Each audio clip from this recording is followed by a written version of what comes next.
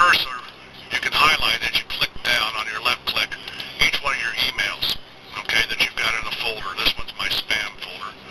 And if you move your cursor to the very left, you'll see that it changes direction from right to left. This is pointing to the left. Move it as far to the left as I possibly can, and it changes the direction to the pointing to the right. Now what that does is you can take and again left click. This left click. It's right here. Okay.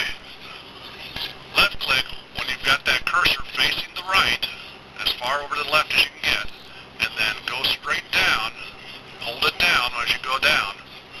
Hold that button down on your mouse, and what's going to happen is you're going to highlight all of those messages.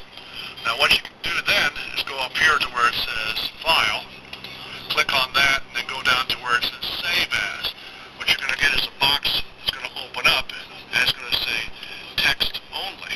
Now what that's going to do is that you can then pick, like in My Documents, pick a folder. For example, I've got archive email for starting this date, 3/20/08. I can click on, and then name whatever that is. In this particular case, it's spam, so I'm going to type in S-P-A-M. Not that I'd want to save spam, but there it is. This is used for an example, and just hit save. Now what that's going to do is that's going to save it all in text mode, and I'll show you what that looks like here. Go over here to My Documents, and then again into that archived file folder, and as you can see I've got a lot of files that I've archived.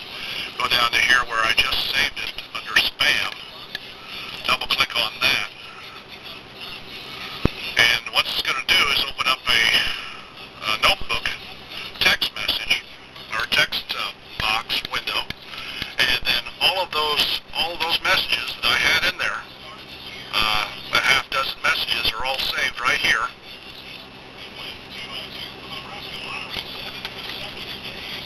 By date, January 9th, January 10th, January 11th, January 10th. I guess there's just 4 or 5 messages there. I think that's right. Take a look. 1, 2, 3, 4. There's 5 messages that I saved in text mode. Now, if you have an attachment, that's not going to save it as an attachment. The attachment's going to be lost. You'll have to save that in a separate file if you want to save the attachment.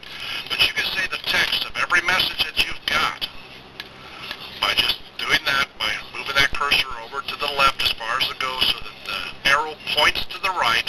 Hold down your